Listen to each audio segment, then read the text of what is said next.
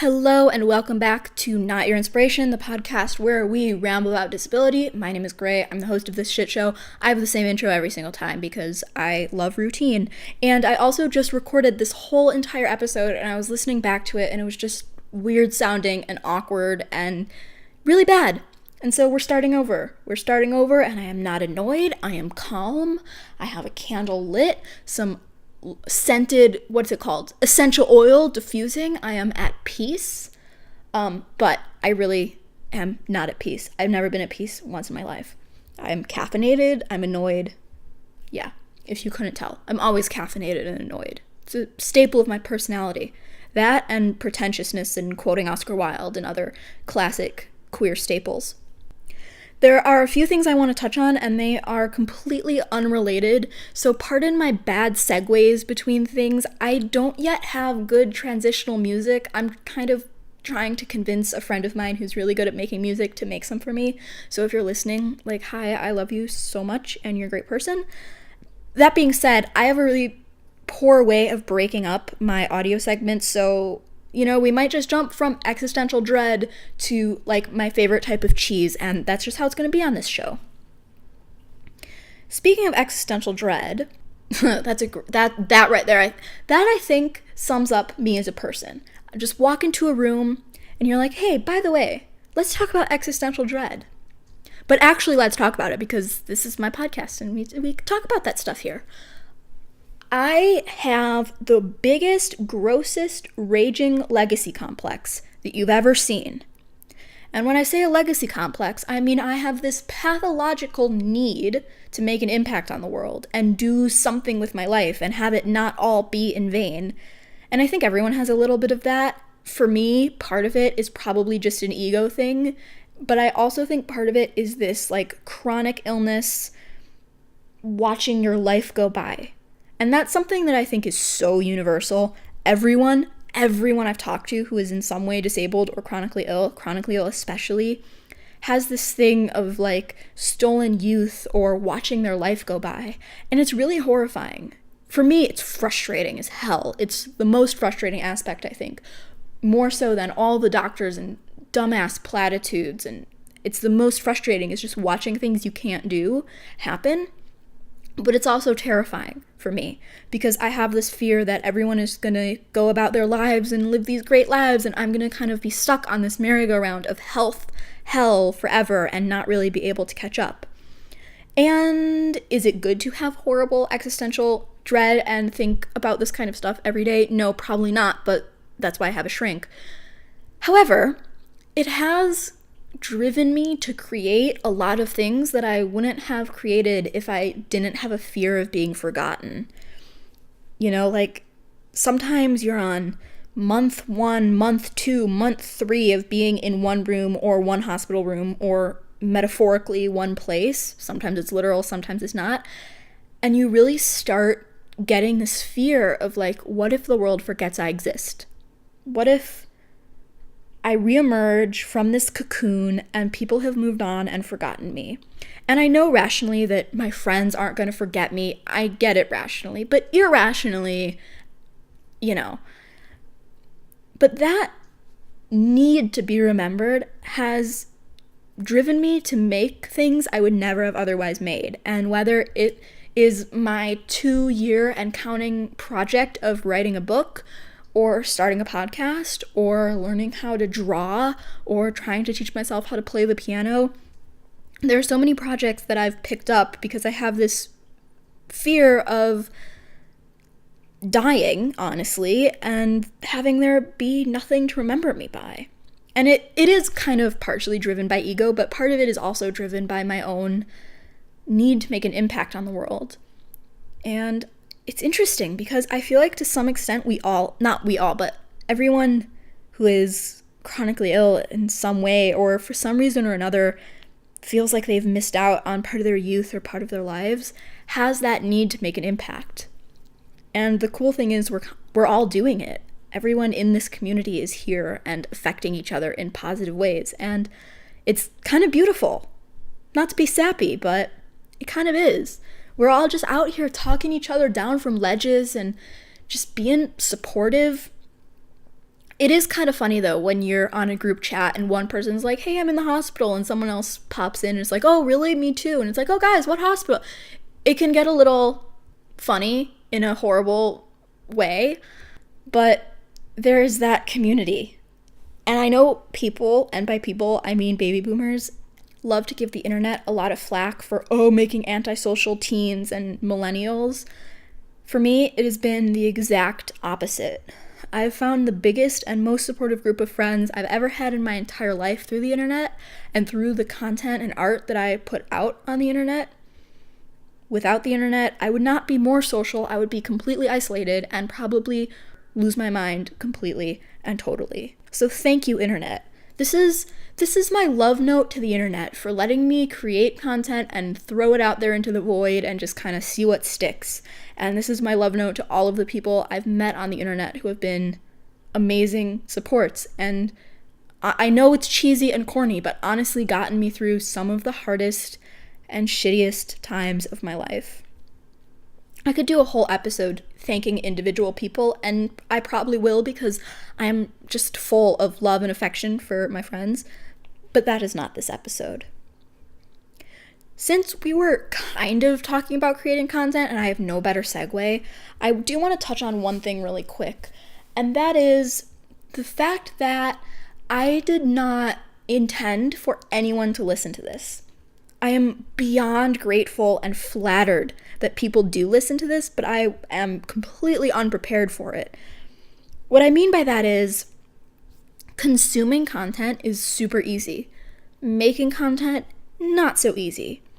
And I joke a lot and talk a lot about how this is amateur and I record it in bed and blah, blah, blah. And that's true, but it doesn't mean I don't put work into it. It takes a good few hours or more just to edit a podcast, and that doesn't include writing scripts and things like that. It takes time. And I obviously have health stuff going on, and I just kind of want to say I've gotten a lot of messages from people asking me to create more. I've even gotten messages from people telling me to create less, and my response to that is thank you for caring and being invested. It honestly means a lot, and I don't mean that in a passive-aggressive way. It really means a lot. But I'm going to make this on my own time because I have to. And thank you for listening and tuning in. But I wasn't prepared for quite the response that I've gotten, and Apple featured me on New and Noteworthy, which basically just means their algorithm promos you, and I got a huge influx of able-bodied listeners, because this is a very niche podcast. It's for a super specific group, but I got a huge influx of people who just kind of stumbled upon it, and it's been really great and really interesting. But I just want to say again, this isn't for you, and I don't mind people listening and learning and enjoying, but I'm not really here to create content that is easily digestible for a straight able-bodied audience. That being said, another, to me, strange thing is people asking for advice, my advice, which is flattering and honoring, but totally scary because I don't have my life together. I haven't known what the fuck is going on since like 2008. I just have a really NPR sounding voice and a lot of opinions, and I'm rather outspoken about them, and so it gives, I think, some people the illusion that I know what I'm talking about. Guys, I have no clue what I'm talking about. I'm a mess, and I am more than happy to give advice and help people out, but don't take it as gospel, because I don't know. And it totally feeds my ego in like the worst way. It's like, oh yeah, legacy complex satisfied. Like I'm making an impact. But in another way, I also take it really to heart, and it kind of freaks me out because people will just come into my inbox and they'll be like, I'm having this family emergency and I don't know what to do. Or, you know, like I'm in this horrible abusive situation. I don't know what to do. And I'm like, fuck man, me neither. That doesn't mean I'm not, like, I don't want to be helpful. It's hard to say. It's hard to explain. I do want to be helpful, and it means a lot. And I'm not saying I want people to stop coming to me. I just want people to know that I'm just as much a mess as everyone else. I I don't know what I'm talking about. So I almost feel like I need a waiver of like, don't listen to anything that I say because I don't know. There's this interesting thing that I've noticed in my own way of thinking where I get so micro small picture that I kind of forget about the rest of the world and history.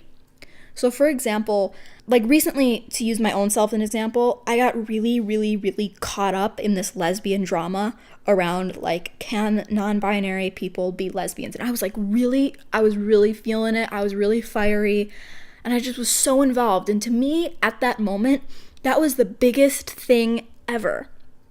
And then I was talking to this relative-ish person who I have who is like 60s, 70s and survived the AIDS crisis and was living in San Francisco and was just basically in the heart of it. And I kind of just got hit with this reminder of like, oh, right, calm down. Not to say that the fight I was having wasn't valid. For me, though, it's just really easy to get caught up in the micro and forget that there's such this long and rich history of resilience and power. And the reason I think it can be a problem is because people are very quick to erase and downplay queer history. So I think when the queer community downplays and quote-unquote moves on from our own history, we're really just helping out people who want to say it wasn't as bad as we say it is. I'm not saying like, oh, we should dwell and never talk about anything current ever, but I do think it's important to remember it wasn't that long ago. For most of us, it was our parents' generation. Same-sex marriage was legalized in 2015 in the United States. It's, for me personally, really easy to get caught up in this small picture. And also part of it, and this is not a joke, I do not have one single straight or cis friend. Straight and cis friend. Not one. Not one. And so it's kind of easy for me to retreat into this super supportive group of queer friends that I've built up and forget that a lot of the world is not a big fan of us. And that applies for any minority too. Same thing with disability and chronic illness. Pretty much, I'd say maybe 90% of my friends have a disability or chronic illness. And sometimes I will talk to people who don't and aren't really in that world. And it's just this wake-up call of like, oh, right. Like, I'm so deep into a very specific group and very specific issues that sometimes I forget that, like, I don't know, the ADA wasn't a thing until 1990. And it's still not particularly enforced. Cough, cough, nudge, nudge. I don't know. And I'm not really sure where the balance is between being current, but also acknowledging and respecting a history. Okay, on a way lighter note, because I talk about heavy shit on this podcast, which, like, is my own fault. I mean, there's no one else to blame, but also sometimes it's like, can I calm down for 5 seconds? Can I just calm down? On a lighter note, Purim is coming up, or Purim. Purim, can someone who is religious and better at linguistics than me let me know if it's Purim or Purim, or if I can't even talk in English, or if it depends on if you're speaking Yiddish or Hebrew. Can someone let me know? Anyway, that being said, Purim is coming up, and if you don't know, I refer to it as Jewish Halloween, which is probably disrespectful, but the story goes, they tried to kill us and they didn't, and now we're gonna eat. And shock, surprise, that's kind of the story of all Jewish holidays. Anyway, a lot of people will dress up for Purim because it's like a festival. It's fun. It's the funnest holiday, okay? If Yom Kippur is like the pit of despair, God smites me and life is not worth living holiday, and Passover is like the weird family obligation and stale matzah holiday, Purim's the fun one. And I actually never do anything for it. I love it, and I love it in theory, but every year I have some reason why I can't do something for it. But this year I'm not going to do anything for it, but this year, in theory, I'm hyped. In practice, nothing. In theory, it's hype time. Why did I bring this up? The reason I brought this up is holidays. Okay, I have a whole grand plan here for this show. By the way, speaking of a grand plan, this episode was supposed to have a guest in it, but then scheduling got a little funky, which was my fault. And so I needed to kind of make some backup. So it's not like my best, but I had a big plan and it kind of fell through. But you'll get that episode, just not right now. Anyway, back on track with my point. I really want to do a holiday thing because so many people hate holidays, or more specifically, hate their families. And I'm going to make a whole episode about that when it is closer to next Thanksgiving and Christmas and all that stuff. But that's a really long time away, and I am just bursting at the seams, chock full of opinions. So I thought I would use Easter and Passover as a quick excuse to just say this. I don't really know if people, like, quote-unquote go home for Easter in the way they go home for Thanksgiving. I'm guessing they don't. I'm suffering from dumb Jew syndrome. But I just want to say, no matter how much bullshit you hear around a dinner table, there's a whole entire community, or multiple communities, out here supporting you, rooting for you, knowing exactly what you're going through. We're all there with you. We're all commiserating with you. We all feel it. That's all I have for this episode. Next episode is going to be like a great episode, you guys. I'm very proud of it. But this one is a little bit of a space filler. So thank you for listening. And really quick self-promo, I do have a Patreon. It is patreon.com/notyourinspiration. I also have a PayPal, so just message me privately for that. Subscribe if you're listening on YouTube. Thanks a lot. Okay, shameless. It's not shameless. Shameful self-promo over. And as always, take care.